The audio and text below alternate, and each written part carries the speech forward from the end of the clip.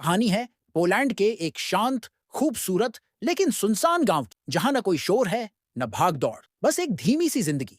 और उसी के बीच पल रहा है एक मासूम दिल, पैट्रिक। पैट्रिक अपनी माँ के साथ इस गांव में रहता है। उसकी दुनिया बहुत छोटी है, बस उसकी माँ, उसका घर और आसपास की हरियाली। गांव की आबादी बहुत कम है, लेकिन गर्मियों में ये एक छोटा सा स्वर्ग बन जाता है, जहां बाहर से लोग छुट्टियां मनाने आते हैं। पैट्रिक का बचपन बहुत सादा लेकिन प्यार भरा है। वो माँ के साथ साइकिल चलाता है, झील के किनारे खेलता है और उन्हीं के साथ हर छोटी बड़ी बात बांटता है।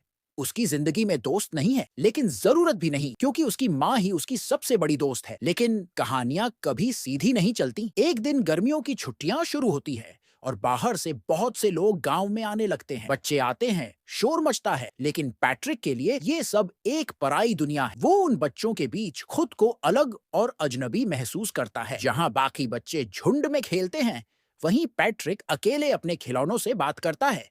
फिर एक और बदलाव आता है।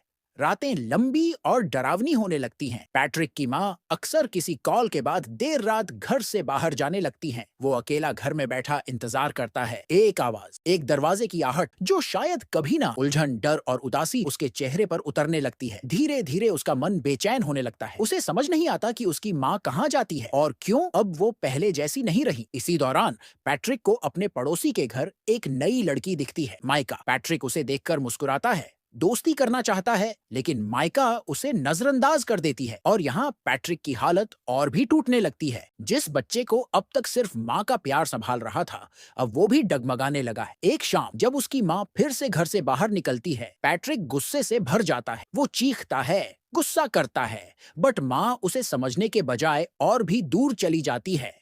तभी पैट्रिक एक बड़ा कदम उठाता है। वो अपनी माँ का पीछा करता है और जो देखता है वो उसके दिल को चीर देता है। उसकी माँ किसी अजनबी मर्द से मिल रही होती है, उनका बॉयफ्रेंड।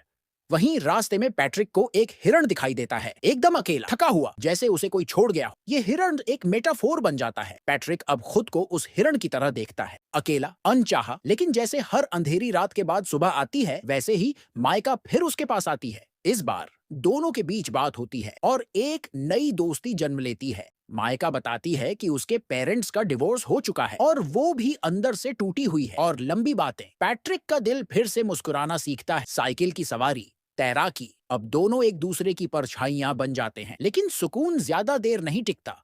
एक दिन एक अजनबी महिला उनके घर आती है, जो माइका की माँ की गर्लफ्रेंड होती है। अब पैट्रिक को समझ आता है कि अकेले वो ही नहीं है, हर घर में कोई न कोई उलझन चल रही है। इन सब के बीच उसकी माँ उसे कहती है कि ये सब दादा को नहीं बताना। अब पैट्रिक एक ऐसे बोझ के नीचे दब जाता है, जहाँ वो ना कुछ कह सकता है ना समझ सकता है, क्योंकि अब पैट्रिक के मन में सवाल ही सवाल हैं और कोई जवाब नहीं। उसकी माँ को अब वो प्यार एक बोझ जैसा लगता है। दिन बीतते गए, लेकिन पैट्रिक की परेशानियां खत्म नहीं हुई। उसकी मायका के प्रति भावनाएं अब मासूम दोस्ती से कहीं आगे बढ़ चुकी थीं। लेकिन एक रात उसने देखा कि मायका एक बड़े लड़के के साथ हंस रही थी, बातें कर रही थी।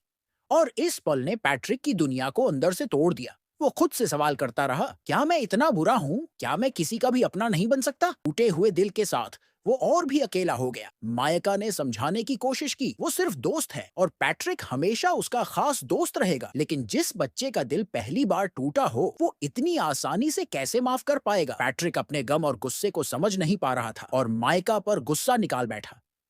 वो चीज से उनकी दोस्ती में एक दरार पड़ गई, एक ऐसी दरार जिसे भरने के लिए शायद एक समर वेकेशन भी कम था। माइका चली गई और पैट्रिक के जीवन से वो एकमात्र रोशनी भी दूर हो गई।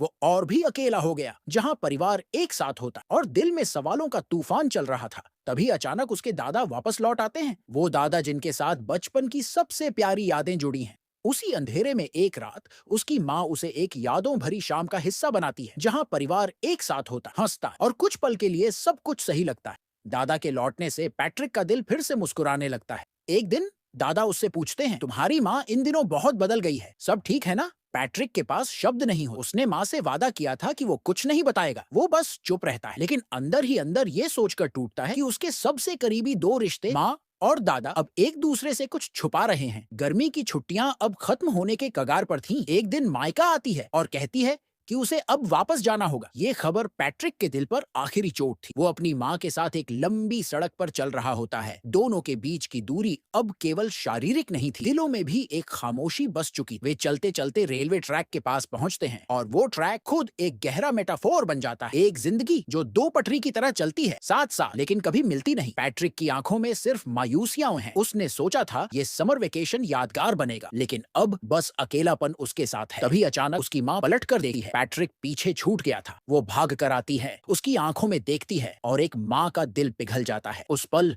उनकी आंखों में आंसू हैं, पछतावे के, प्यार के और उस रिश्ते के जो कहीं पीछे छूटता जा रहा था। वो समझ जाती हैं कि जिंदगी की सबसे बड़ी खुशी पीछे नहीं, बल्कि सामने खड़े अपने बच्चे में है। वो मुड़ना सिर्फ एक दृश्य नहीं था, वो एक दिशा थी, एक फैसला था कि अब जो भी हो, वो अपने बेटे को अकेला महसूस नहीं होने देंगी। और इसी भावुक मोड़ के साथ कहानी एक खूबसूरत लेकिन कड़वी सच्चाई के साथ खत्म होती है कि रिश्ते वक्त मांगते हैं, समझदारी मांगते हैं और सबसे ज्यादा साथ मांगते हैं। अगर ये कहानी आपके दिल को छू गई हो तो वीडियो को लाइक करें, चैनल को सब्सक्राइब करें और कमेंट में बताएं, क्या आप भी कभी ऐसे किसी पल से गुजरे हैं? धन्यवाद।